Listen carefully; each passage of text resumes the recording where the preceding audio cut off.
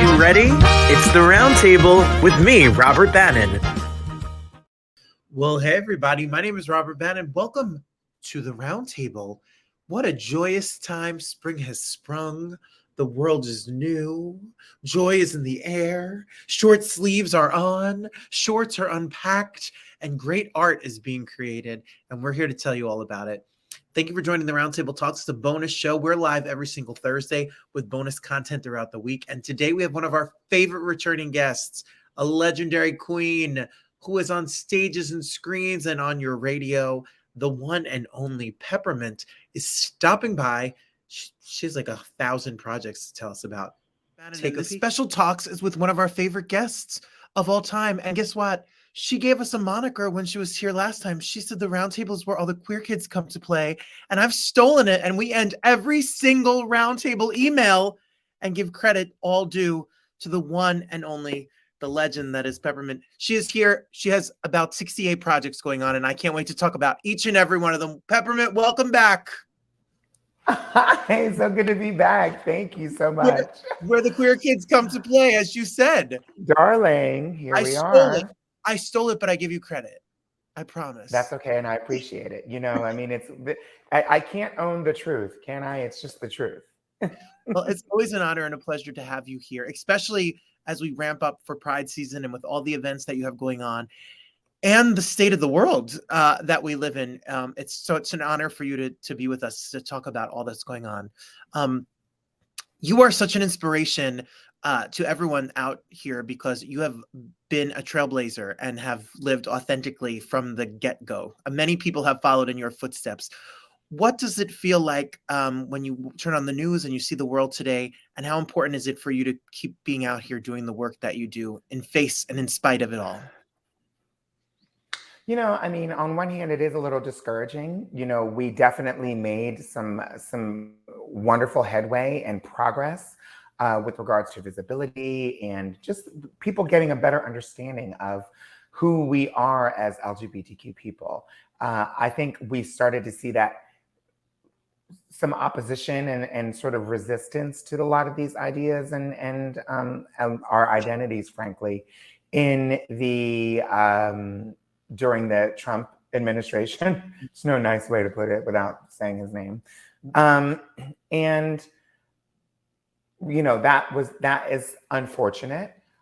They say that when there's a lot more visibility, when there's an increase in visibility, you know, then there's more attacks. We know statistically that there are more, you know, hate crimes rise amongst particular groups or towards particular groups when those groups gain more visibility, or even throughout the year, like during Pride, during a certain religious period of time, you know, during Black History Month, whatever, we see a rise in hate crimes. And so that's not a shock necessarily, but I certainly didn't foresee a lot of these anti-LGBTQ sentiments that we were seeing mostly online and on the internet sort of translating into actual real legislation that would be implemented across the country, state by state.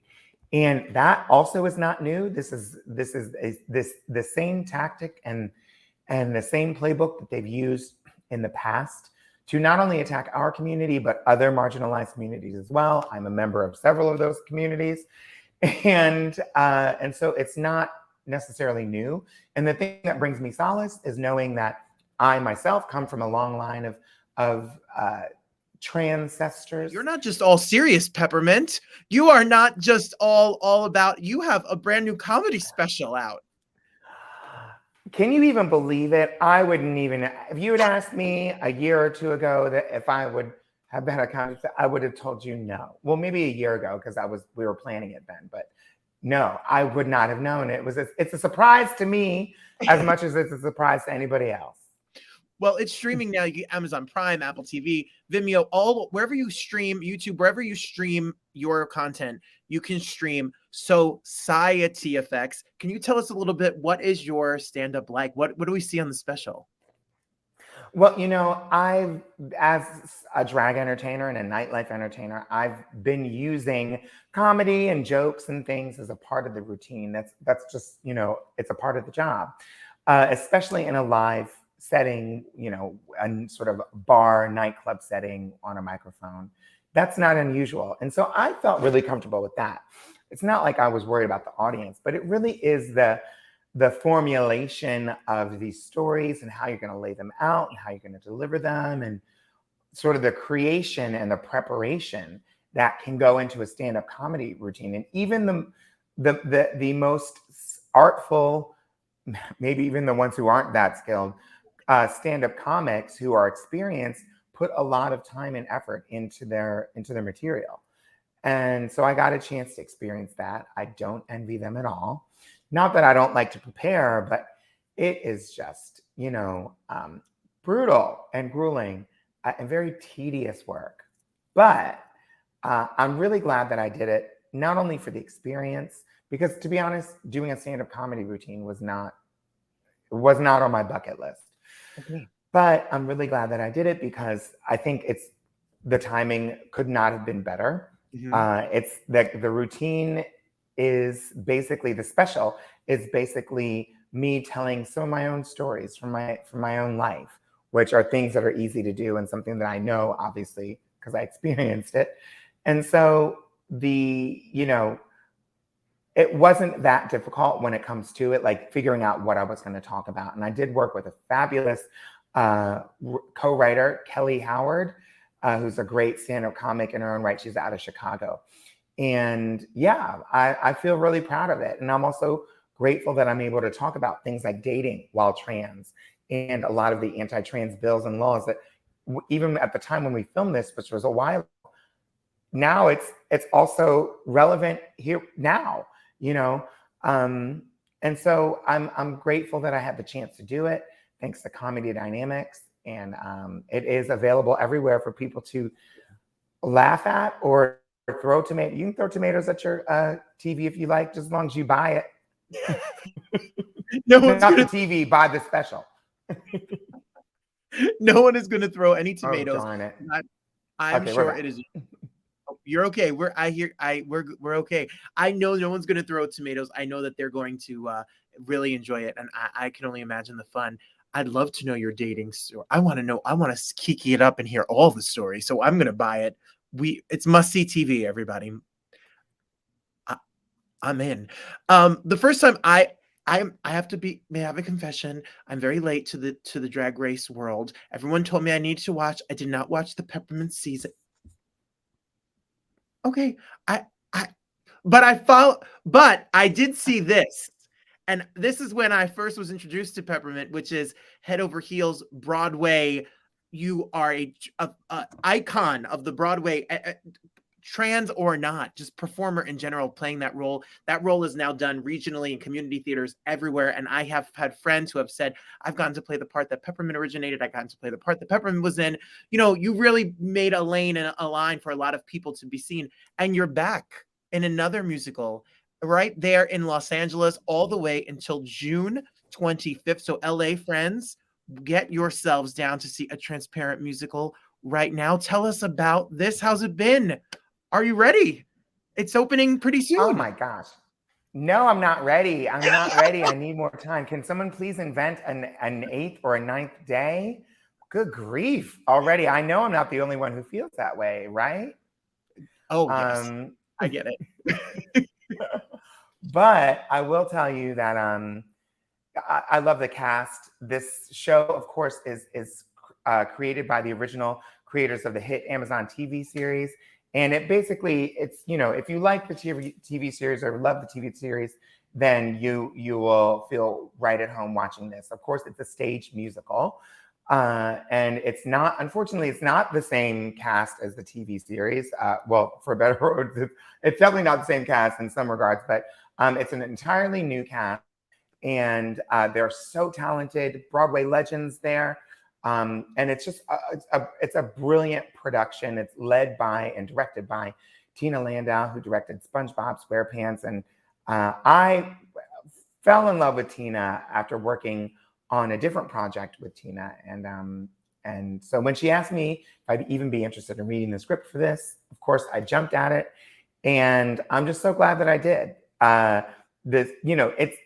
On one hand, it's about a white Jewish family in California, 3 things that I am not, but it just goes to show you how intersectional our communities are, how much you have in common. And I remember this feeling during the watching the television series, that even though I don't necessarily identify in the exact same way, a lot of our experiences are the same. And certainly the way that we're discriminated against and oppressed is the same. Yeah. And so that is part of the connection. And so you don't have to be white and Jewish to see this show. But if you are someone who's a part of the queer community or someone who cares at all about what's happening to trans individuals and queer people in general or at large in this country, then you will probably, then the show will strike a chord with you, the play. And I'm really excited for people to get to see it first here in Los Angeles, and maybe we'll get a chance to do it in another part of the world at some point. It's just brilliant. The music is wonderful. It's beautifully written by Faith Soloway. The script is just updated and even more relevant than the TV series, would have been, in comparison. And I'm just really excited for people to be able to see it. Well, in LA, Mark Taper Forum, the 21st till June 25th. So all through Pride, and starting at the end of this month, you can see this premiere in Los Angeles. And the work that's done there in the Center Theater Group and all that's done there is top notch. Like, Los Angeles, get yourselves out there, get your tickets. Really, really exciting stuff. And, no stranger, Peppermint sings. I saw her set. I was in the back at Montclair Pride last year, way back. I sang at like the Dunkin' Donuts parking lot next to a dumpster. And then I scuttled over to the main street to catch the Peppermint set with regalia, costumes, background track, dancing, the whole thing. So whenever Peppermint is on a stage, nightclub, Broadway, theater, anywhere, television, you need to tune in. Speaking of dancing, again, you did it again. You did it again. The Rhythm Nation video, last year you broke the internet with If. Janet Jackson herself reposted it. This choreography is iconic. It's as legendary as you can possibly be. What was it like to recreate it and to film this? This was actually one of the first Janet Jackson music videos and pieces that I memorized the choreography to. Of course, I did others as well, but this is, I think, one of the... Janet Jackson always had dancing in her music videos. For those of us that remember the 80s. But Rhythm Nation was like almost otherworldly at the time that it came out. This wasn't just a music video with dancing. This was she did a short film, and it was very stylized, all black and white. Most of the songs from the album had a music video in there, and it was an entire cast of dancers and characters that were in the film or the short film. That was then cut into shorter versions for the music videos, including Rhythm Nation. And so there's a whole story that goes behind it for people that want to spend a little time digging around on the internet to watch the full version of Janet's. And I remember that as a kid and watching that and being really impressed by that. And I feel like it just like by osmosis, I memorized the choreography just watching it. And it was like, oh, I know it. I'm a Janet robot. And so I was, so inspired by it. And it's really interesting. I remember watching some interviews and some videos of Janet Jackson talking about the album Rhythm Nation, the video, the project, all those things. She really wanted to do it to educate the world. And she was really focused on sort of social justice and, getting rid of or, combating prejudice in all forms, racism and sexism and all of these different things. And so it just feels very relevant to today. That was created in a time when artists didn't typically speak out politically. You know, if you were an actor, you were an actor. If you were a singer, you were a singer. Don't try to cross over. And if you were not a politician, then we don't want to hear what you have to say about politics. That was the general sentiment as I can remember it. Of course, people would always give to charities and things like that. But this was when Janet actually made her art about the subject that we were talking about, discrimination. And that is one of the things that I love to do in my life, in my career, is be able to mix sort of advocacy and my art, my entertainment, art as activism. And I obviously love the song and the music and all of those things. And coming off the heels of doing If last year, I said, you know, I think I want to put together another Janet piece. What would it be? And now this just feels like the perfect project to do it. And so, yeah, Janet actually also reposted Rhythm Nation. And I had the opportunity, I can't believe it, I had the chance to connect with Janet's original dancers that were in the Rhythm Nation music video and speak with them on social media.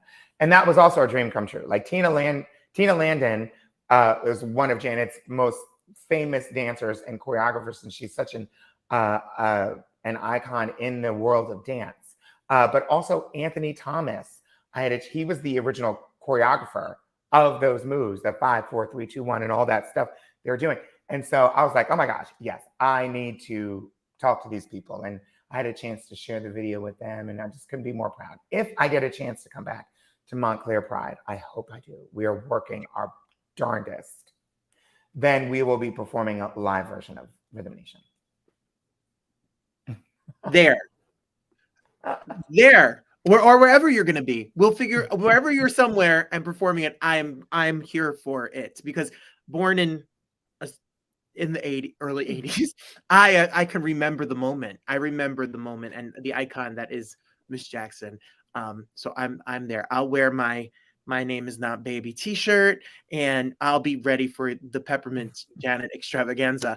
When else do you have time for a television show too? My Jersey brethren, you know, of Survival of the Thickest, you know, this was a book, and now you're there's the book, and the whole, it's now going to be a television show with you.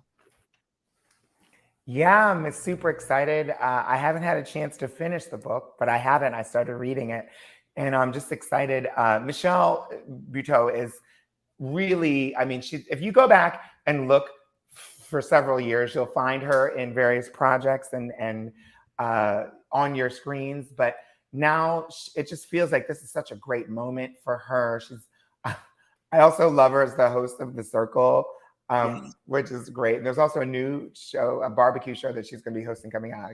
I'm just addicted to Michelle Buto. But she is obviously super talented. I went to go see her stand-up comedy special. And so just being able to get the call after auditioning for the TV series, which is coming to Netflix, it's just a dream come true. And I think people are really going to like it. The script is wonderful.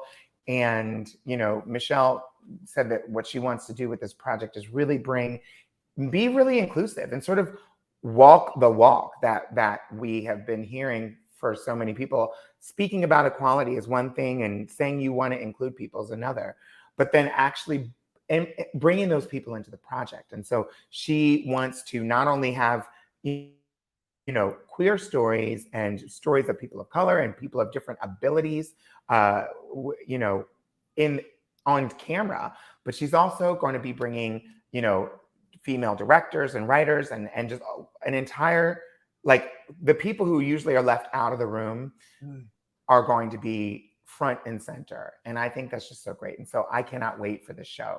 I think it releases in July. One of them J months. Okay, no, we'll binge watch it from beginning to end and stay up to date. So everyone, to recap, if you're in LA, you're going to see the Transparent musical. Get your tickets, opening the end of the month. Everybody, no matter where you are, is going to stream Society Effects wherever you stream your content. Go get it. And we're all going to check out all of your dance videos. We're going to go check out the dance videos of Rhythm Nation and etc. And whatever, you'll have more in a couple months. You'll have 15 more projects ready to go. And we'll always have a home where the queer kids come to play right here, because we love, love, love, love, and rep the Peppermint experience. We just rep for you all day. And thank you so much, Robert. Because there's so many students in my school who have on the journey of their sexuality, their gender identity, etc. And it's so nice to be able to see people like you who just are joy, light, love, and just doing the work out there, so we all can feel like we belong and have a place. So from my heart and all those kids' hearts, thank you for all the art and work you do. It comes at a price, and we appreciate it. My pleasure. Everyone, follow Peppermint. Follow Peppermint on Instagram, wherever you follow people, everything, and we'll stay up to date. Thank you so much. We'll see you real soon. We stand for the Peppermint experience, as always. So thank you, Ken Phillips Group, and everybody over at Team Peppermint. There's a new show that's only on until June 10th. It's playing right now at Theater Row, which is one of the most iconic off-Broadway spaces, called Gas. Pretty deep.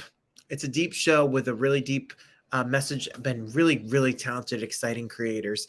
I couldn't wait to chat with them about Gas, playing right now till June 10th. Take a peek at what they had to say.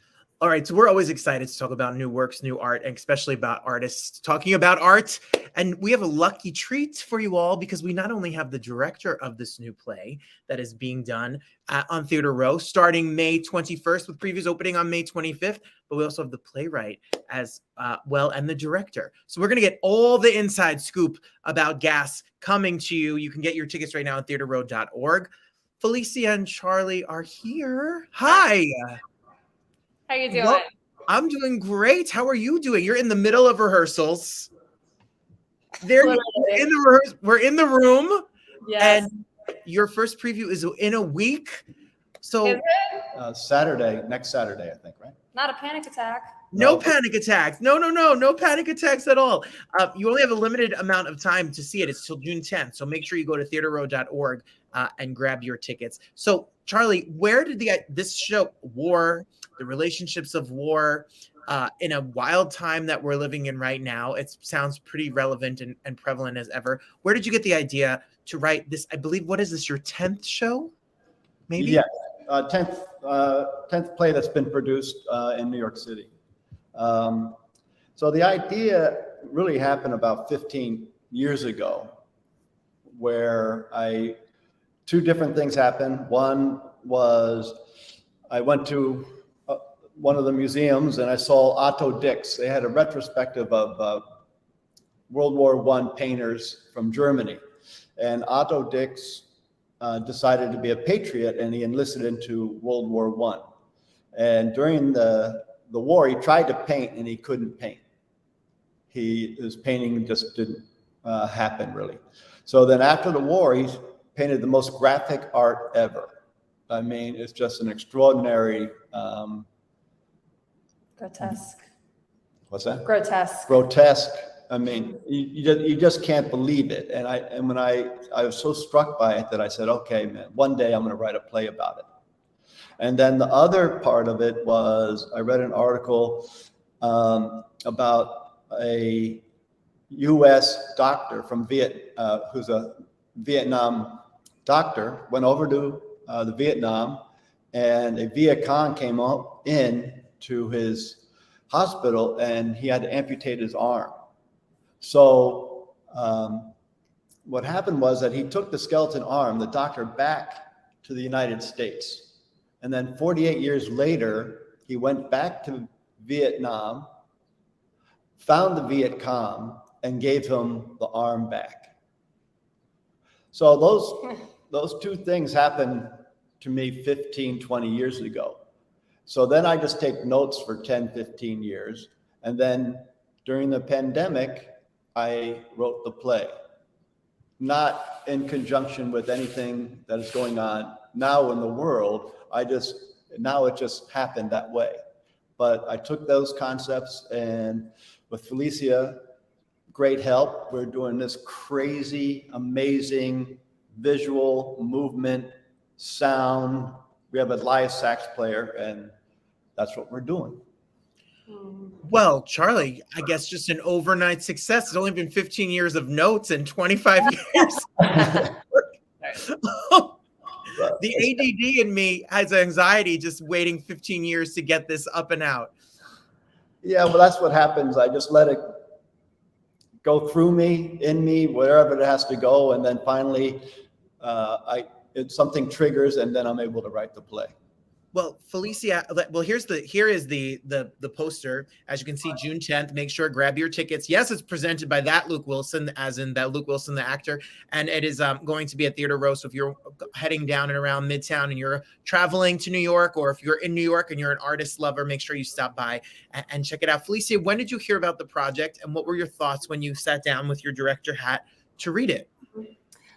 So when I first got sent the project by our co-general managers that kind of set up this meeting between us, first thing I noticed that was the text was fascinating. It's very like abstract, quick text that is like a lot of riddles and wordplay and all these things, while still having these really intense character arcs throughout the play. And so it seemed to have a lot of room for a lot of interpretation and creativity, which was really exciting to me as a director, and exciting. Also, it's been very exciting for the designers because it could have been presented a million different ways. Mm-hmm. The text could have been put on stage in a million different ways. And so when I started thinking about the play, there was an original structure. You're gonna have to remind me what it was. The fountain.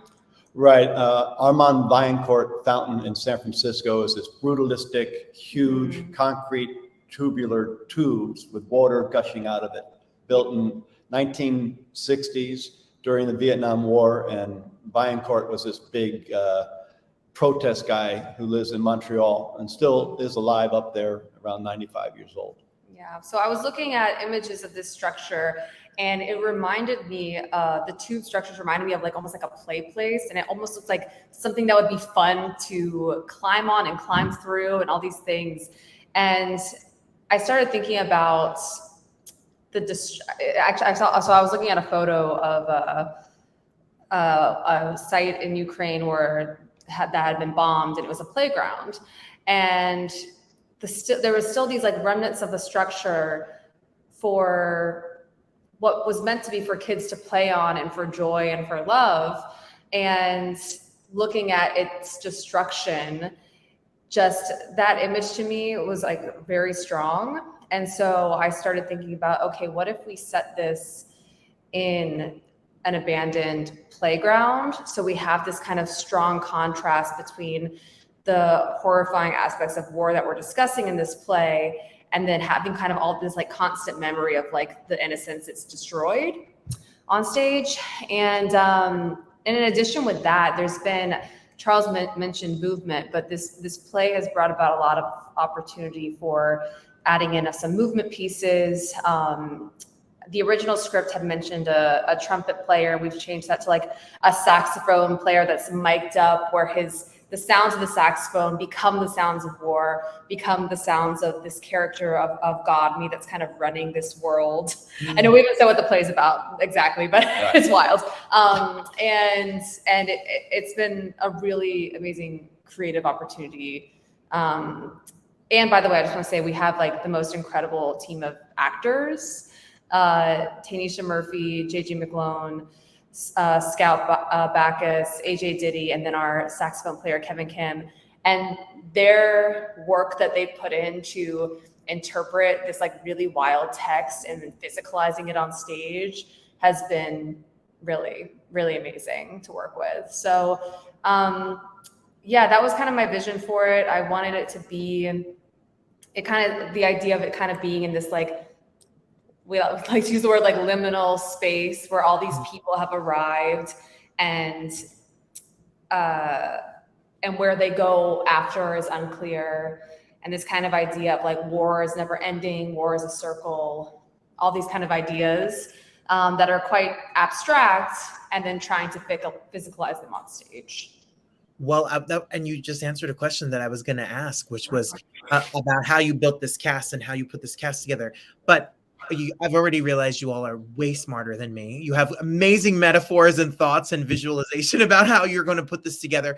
And that's what I love talking about, the creative acting. I'm an acting nerd, but to talk to you both about the design and the behind the scenes, there's a lot of subtext and subliminal messaging and things that you've already just mentioned. So when you go to the show, we really have to pay attention. And because I think as directors and playwrights, every word and every piece of set and scenery and decision is intentional to tell the story. How do you, as a playwright and a director, work together, Charles? When you work with Felicia, you know, you trust her with your vision, and then she, in turn, the actors trust her with the vision.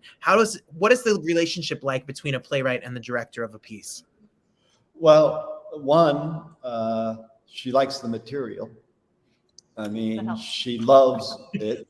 When we first got together, she was excited about it, and then that eases my anxiety or whatever I have going in. So then if somebody is that motivated, then I become motivated.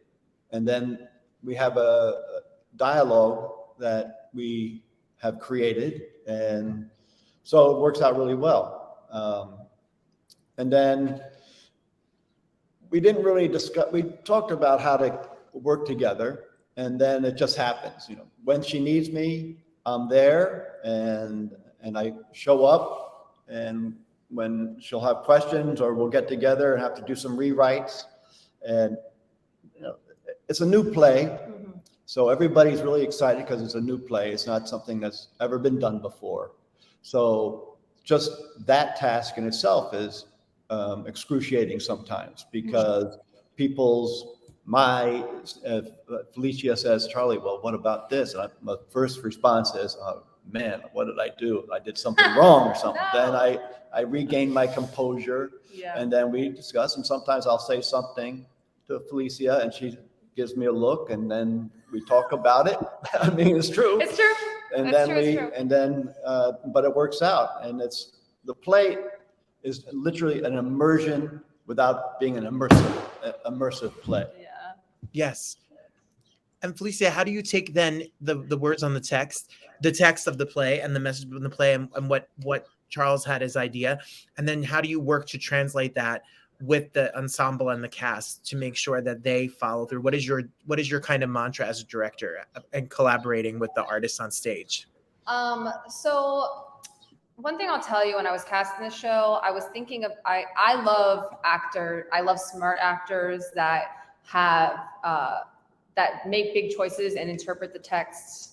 And I was talking to some of them the other day, and they were asking me about, like, we were talking about their auditions. And I was like, I like to hire people that make me understand the text better, because actors are smart and they are in their body, and the text can live in their body in a way that is unmatched. And then when I was casting them as well, I was thinking about Otto Dick's paintings and this idea of them being really chaotic. And so my vision was also to cast actors that could make really big, they were really movers and could make big physical choices, that had really strong vocal instruments to make really strong vocal choices. So all those things are really important to me. And then it's been, especially with it being a new play and like text that's very up for interpretation, it has been like rehearsals where we are just going through like line by line, trying to make sure we understand the character's perspective. Because even though you might have abstract text that is like at times even almost nonsensical, the characters need to know what they're talking about. And they need to have an understanding of why they're using those words in those moments, so that the audience can like ride the wave of the wild play. And they've also been really helpful in terms of tracking their own characters, and especially when you're like in a new play where like part of the rehearsal process is like workshopping and making sure everything is tracking from the beginning of the play to the end of the play. They've always had great ideas about like, oh, I think my character does this right now. Oh, I think they have to say this line this way because of later in the play.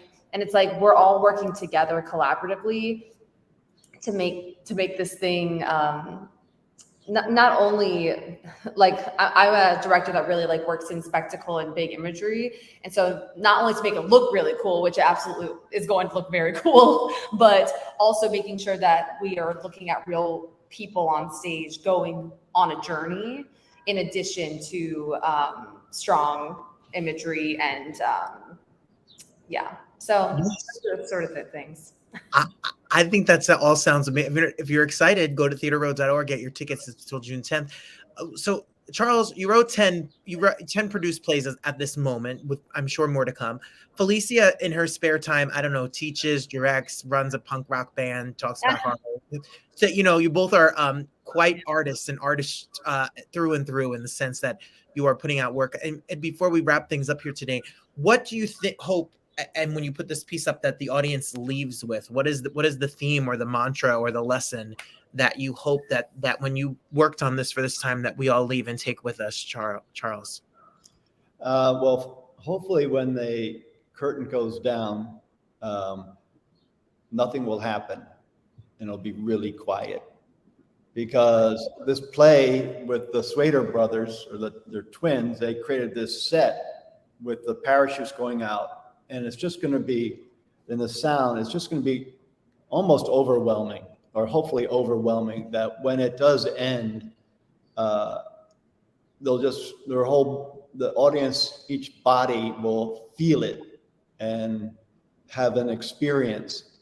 And that's what I think I'm looking for. And how about you, Felicia?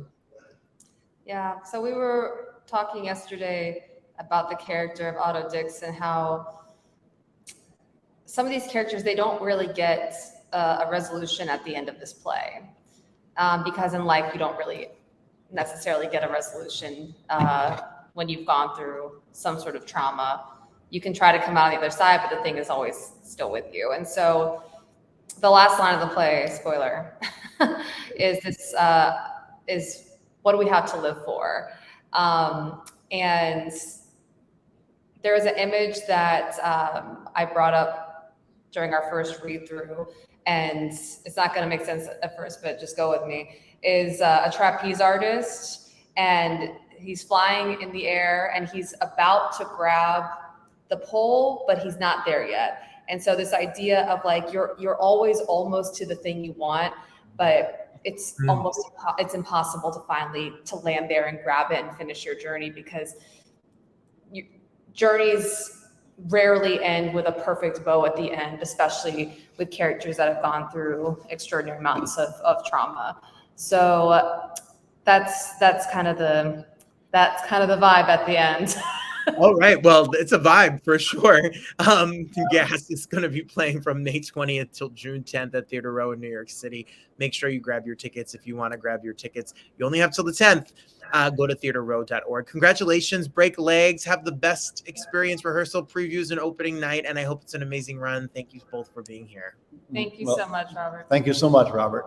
Well, there you have it. Some art that makes us laugh, some art that makes us think, some art that makes me maybe even cry, but cry joy and happy tears. We have a really great month of June shows coming up for you for Pride, so make sure you get ready for that. Join us every single Thursday. And plus, if you're in New York City, join me June 2nd at 9:30. If you had fun, at 54 Below, by the way, if you had fun with this, like, comment, share, and subscribe. As always, the best is always yet to come. For more information about me, go to robertbannon.com, and I'll see you right here at the Roundtable, where artists talk about art. Bye, everybody. Have a good one. Take care of yourselves.